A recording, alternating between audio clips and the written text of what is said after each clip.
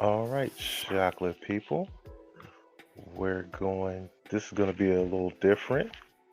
This is a quick pop up. Tonight, you will be in the hands of Chaplain K. If you have any questions or comments, please send them to the email address, therealchocolatelife@gmail.com. Therealchocolatelife@gmail.com. Chaplain K, you have the floor.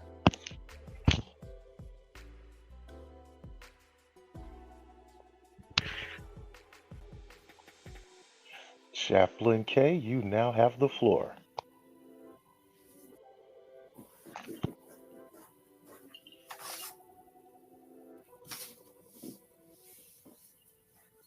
I got thrown out. So are we on?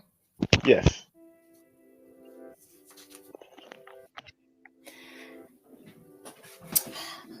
Good evening, Cocoverse audience. This is Chaplain Kate with you this evening. Just want to do a quick drop in.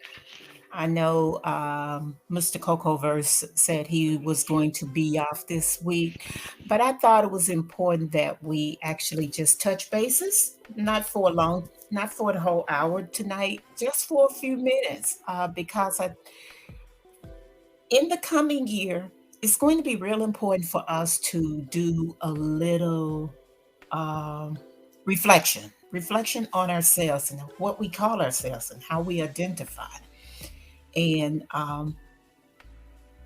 this particular concept or this question came from um, one of our elders in the community when he put out a song. Did we play that song?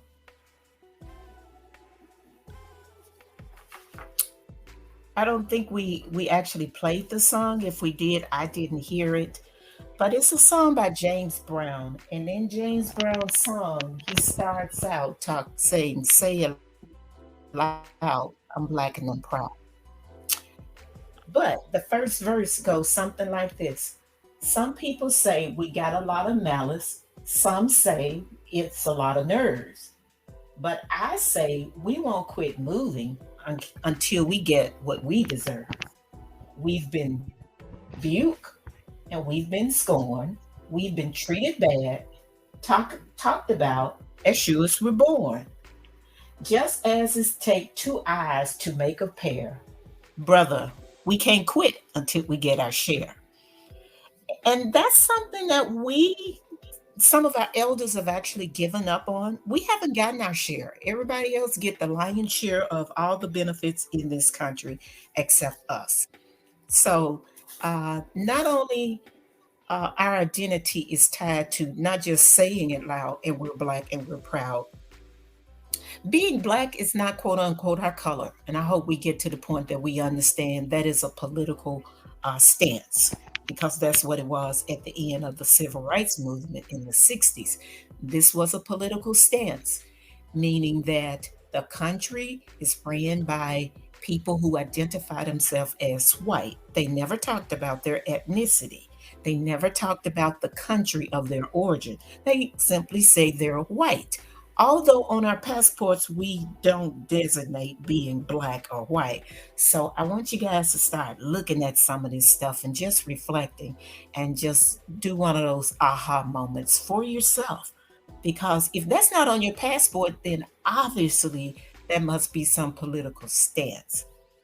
But we've been taught and brainwashed and indoctrinated so long, we just keep following the same path that people teach us. Uh, and I want us to get better at not only confronting our own issues, but confronting others when they just lie to our faces. Case in point, we have this person running for president, and I'm sure if you guys are old enough to understand politics, you know that the Republican Party has not only not Joe Biden, Donald Trump running, but there are other people running. Two of them are from Southeast Asia.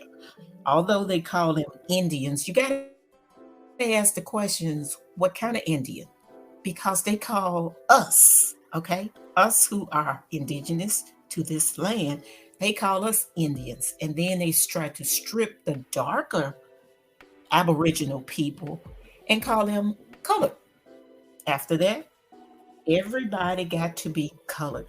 That includes people from the continent and primarily people who were already here. But their mindset were and still are very elementary. So they identify us by what they can actually see. But we have to look deeper because we have a Southeast Asian running for president. And this female, they call her Nikki Haley. She was the president. I mean, she was the governor of South Carolina, and now she's running for president. But Nikki Haley has said some very um, ratchet stuff recently, and I'm not talking about the part where she couldn't even tell you what slavery was about. Yes, that's getting all of um, the airplay at this point. But before Nikki Haley said that, on one of the stages where the Republican Party was having their debate, all of the Republicans agreed with Netanyahu. And Nikki Haley said very boldly and I thought, very nasty. She said, finish them. In other words, that would be her message to Netanyahu. So you got a president or a person who's running for the president of the presidency of the United States who is telling another foreign government to finish off the people that they are holding as their servants on their own land. Pretty much how the United States did us. Uh, us who are now considered to be colored people, not people of color, because that has been hijacked. And you got people like Nikki Haley, who, when she came over here, and Nikki Haley may not be 55, but whenever she came over here, that was still less than the time that the civil rights movement back in the 1900s. In the 1900s, Nikki Haley or her parents were not here, and she boasts on the fact that her father taught at a HBCU, and that means what? For all of you HBCU people who may be listening, that means what? That just means that there was another job they gave to somebody else to come in to brainwash us in the classroom, who, by the very essence of the Indian man back in 1910, sued the United States government because he wanted to be classified as white. I want you guys not to ever miss that. Nikki Haley, you have to check her paperwork and see what kind of Southeast Asian is she. Did she come from the Brahmin class, or did she come from what they used to call the untouchables? My hunch is she didn't come from the untouchable class. She came from one of those higher up classes, and now she is giving up her ethnicity to be classified as white. I need you to think about that for a moment, because she talks just as nasty as any European, and so does Vivek Ramaswamy. These people are dangerous because they are the ones want to hold the whip as long as the white money continue to uh, bury us in a country that we built. So yes, we do have to stand 10 toes down and say, yes, we want ours. We want what we are due. It is our reparation. And please, young people, don't be embarrassed to find out the history of all of these things that we talk about, and stand on your square. Don't be afraid to say out loud that this is ours. This is what we're due. Know why you can say this is what we're due? Because your parents and your grandparents, wherever they may be still alive or they may not be alive. They fought all kinds of struggles in this country. And now you have immigrants who cannot speak English. I live in a town or city, whatever you want to call it, right now. And this man, um, On Friday, I no on 2 days ago, I called the dealership to come pick me up from my home because I needed to get my car. And the shuttle service came to pick me up, and this man had a very thick accent. And of course, me being me, I'm nosy. So before we got to the place, first of all, I was trying to give him the easiest direction, and he wanted to go the direction that his GPS was giving him, which was the longer route. And it's like, okay, well, you do you. And I sat back and I let him take me to the dealership. But in the meantime, I started probing and I asked, I noticed your accent. Where are you from? And he told me Romania. I said, how long have you been here? And he's been here since 1977. Well, this man been here. He said, we left. People have a little bit more freedom now than they did then, but I wanted freedom. Everybody wants freedom, but somehow they think we're not supposed to get freedom. And along with freedom comes the benefits that are owed to us. They're not owed to the people who keep riding the buses from here, I mean, from Texas to New York, or from Texas to uh, Chicago. And you have to ask the question, how is it that Greg Abbott can put these people on buses and nobody ever sends them back? And somehow these supposedly Democratic mayors act as though their hands are tied and they must take these people. They don't take us off the street when we lose our houses. They didn't take the people of Katrina and just find a place for them. These people had to find a place on their own if some of the states didn't allow them to come, to just come in. And most of them decided they wanted to go back to their own home because they had lived in New Orleans their whole lives, their whole parents' lives. That's all they wanted to know. Not that they couldn't have done something different, but that was what's their home.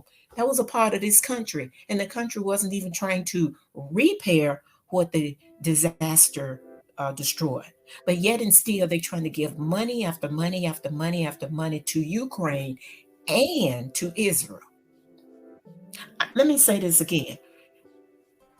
Black people in the United States didn't kill the people over in Europe who call themselves Jews.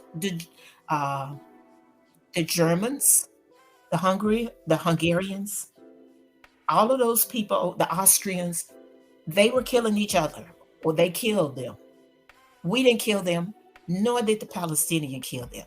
The Palestinians right now are the new Negroes, and I'm being nice. Because this is what Negro means. This is what black means for white supremacy. It means you are at the bottom and we get to tell you what to do. You get to be our labor force. So that is the reason Nikki Haley could not answer that question. Because Nikki Haley couldn't say anything about anybody who has been in an oppressive situation, even though they have called her a towerhead. And that's a derogatory statement. But since she has become a part of that system, see how that's transactional? You can be white, regardless of how dark your skin, if you come over to the dark side. Now that sounds crazy, but it's the dark side because it's dark energy. That's not energy that brings us life. That is energy that destroys everything that gets in its way. The only thing that dark energy knows is how to destroy, how to manipulate. And it's a hateful spirit. It has a history of hatred. That is the spirit that Nikki Haley is trying to promote running for president. And just as soon as Vivek Ramaswamy and the rest of the cast have the opportunity, they're only going to talk about the quote unquote the racism statement for a hot minute because that seemed to be a hot button.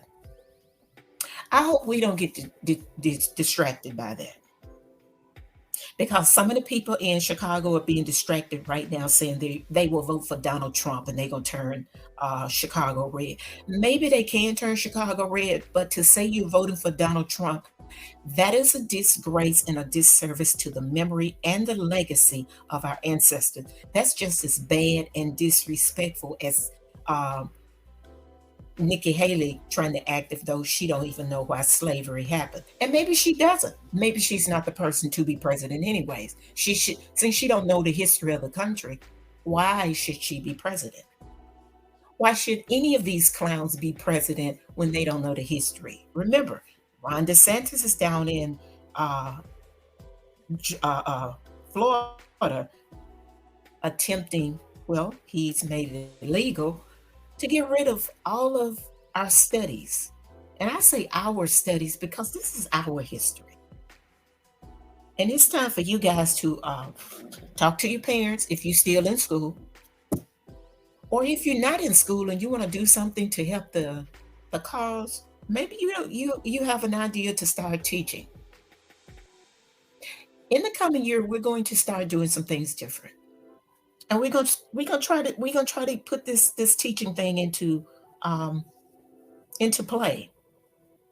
That's why I'm talking tonight, because my platform will be a little bit different than the Coco verse. Because I want you guys to look at identity. Identity is a spiritual concept. And if you're struggling with that, it doesn't mean that you don't know who you are. That means that at least you are aware that you need to be honest about who you are. And that is the beginning of wisdom. And wisdom is what we need on this journey. All of these other things are distraction. And if we educate ourselves, sit under wisdom, and I say sit under wisdom because it gives you the opportunity to be still and take it in and ponder over it. That's what we do with wisdom. It's not the stuff that the these people that the media, that's the word I'm looking for.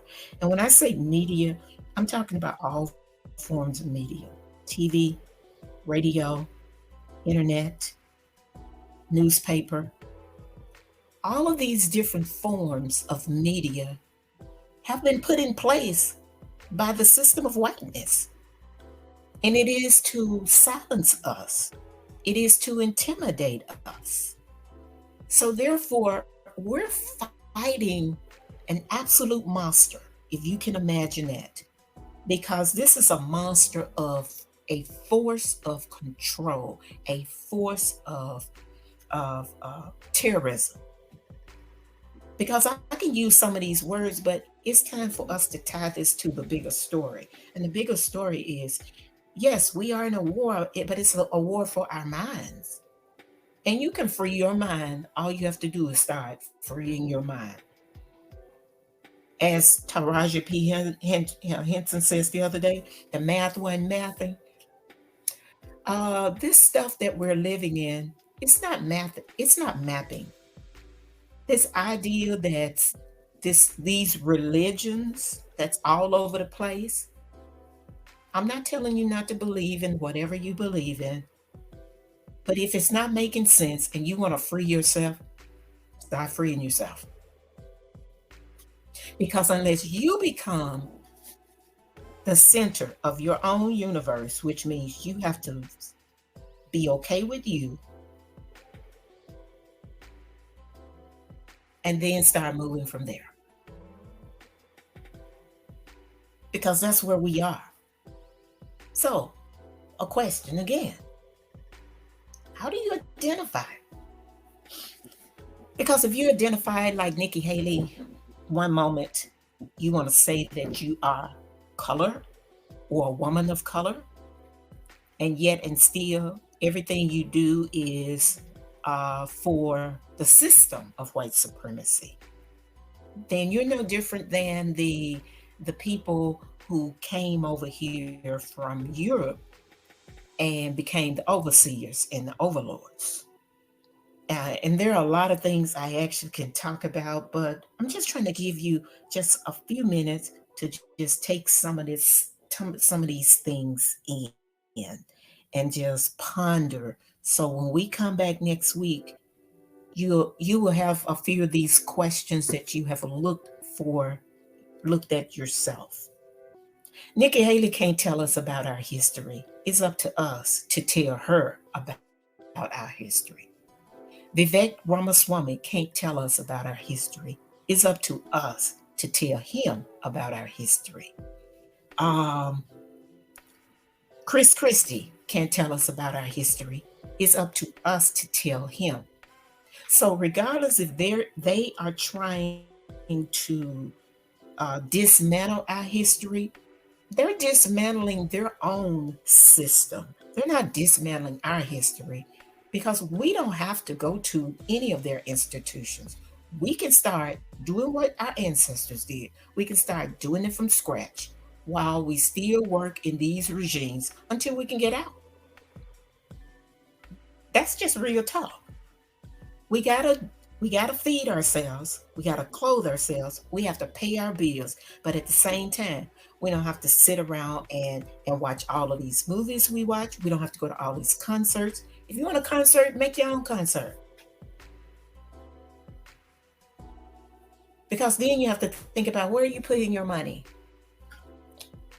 And that's what our ancestors did. The 60s were the end of the civil rights era, not the beginning. Our ancestors had been fighting ever since uh, the Revolutionary War. Okay? Well, actually, they fought in the colony, which led to the Revolutionary War. And they've been fighting trying to get freedom. And we're doing the same thing. And when I say freedom, I mean free to be ourselves without any interruption from white power. We don't want white power. We've tried it. We don't like it. We're done. And I just want to know how many of you guys are on board with that concept and that philosophy. We don't have to do any of the evil that they're doing. All we have to do is just be done and just start saying, you know what? We can start doing this ourselves, meaning we can start teaching our own children. We can create games online to teach our children how to have fun. You guys are very smart in all this technology, the TikTok videos, all this different stuff that people just, do silly stuff. You can patent it. And we can start doing things to help ourselves because the world is waiting for us. And when I say the world is waiting for us, the world is waiting for us. I don't mean the people that you may try to imagine, well, what part of the world? No, I mean the world. The world is a living entity. The earth didn't stop being alive because the Europeans came out the cave and started destroying it. The earth is still alive. Otherwise, we wouldn't be living. So it's time for us to move our intellect into another sphere because this one is not working for us. And it's too many people trying to keep us held hostage to the ideas of the Democrats and the Republicans, which neither one of them have our interests. We see that. We're going to see that until we start doing some things different. And we can start connecting with the continent if we know people who can do some things where we can become partners. And when I say partners, I mean learning how to make your own living. And you can make your own living. I mean, being an entrepreneur with the country of Russia or with the country of China. Why not? They need your skills. That doesn't mean you have to become a sellout to them or doing the same thing some of these politicians are doing in Washington. It's time for us to do things different so we can become the master of our own destination. We are our own gods, but we don't know that. As the Christian people say, the God in us. If you don't recognize the God in you, it's you. If you notice, I didn't put a name on it because I'm talking about your core self. And if that's not part of your identity, I would challenge you tonight to look inside of you and find out who are you and how do you identify. See, I'm Aboriginal. As I told somebody today, I'm Aboriginal regardless if I came from this part of the world, if I came from the islands, if I came from the continent. Melanated people are the original people of this planet. And if you have not been told that, this is something you have to keep retraining your brain, because Europeans somehow think that they are superior. How can you be superior when you have a defective gene pool? And when I say defective gene pool, if you are melanin deficient, that's a defective gene pool. So, yes, there are many things that they are trying to distract us with, like the immigration, supposedly crisis. It is a crisis because the Democrats didn't get us to fall for it no more. So, yes, it is a crisis for them. It's not a crisis for us. All we have to do is stand our ground. If they don't have benefits for us, then we have nothing for them. Same thing with the Republicans. The Republicans cannot, they are quite nasty, but they've never done anything for Black people, anyways. They want to use the the idea that it was the Republicans freed the slave. Well, that's the biggest lie that was ever told. It was the slaves who freed the slaves, not the Republicans nor the Democrats. They were doing back in the 1800s, starting with the Missouri Compromise. If Nikki Haley had a brain in her head, the Missouri Compromise had a lot of things going on there, about seven different things. First of all, you had the Dred Scott decision, you had uh, uh, John Brown, Harper Ferry. He got mad with the people in Maryland, so he moved out to Kansas because he was fed up with slavery. You had and I can't pronounce the word, but it was a massacre in Kansas. It started with a P. You also had at the end of 1859, the Confederate decided to separate from the Union because they wanted to keep slaves. Now, we need to know that. We don't need to listen to any politician try to tell us that. That's the very thing Ron DeSantis is trying to do now. They want to shape our narrative. It's time for us to shape our own narrative. The history is there.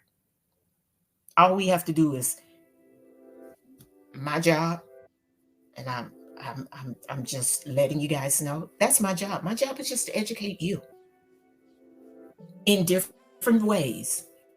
If you are willing to be educated and if you want to run with this, that's my job.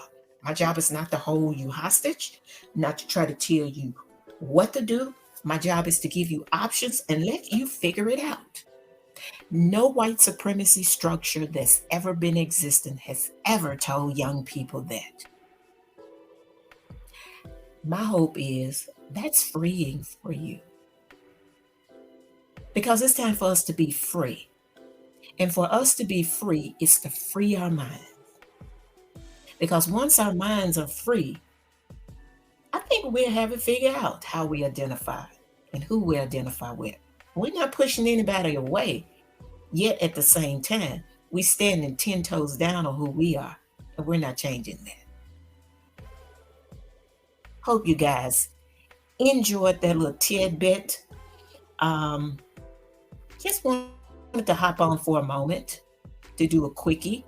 Hopefully, it helped you to start looking at what you're going to do starting in 2024 and for the rest of your journey. As Mr. Coco Verse would say, like, share, and subscribe. And if you have any comments, please put them in the chat.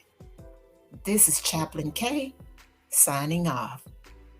Have a good evening and a Happy New Year.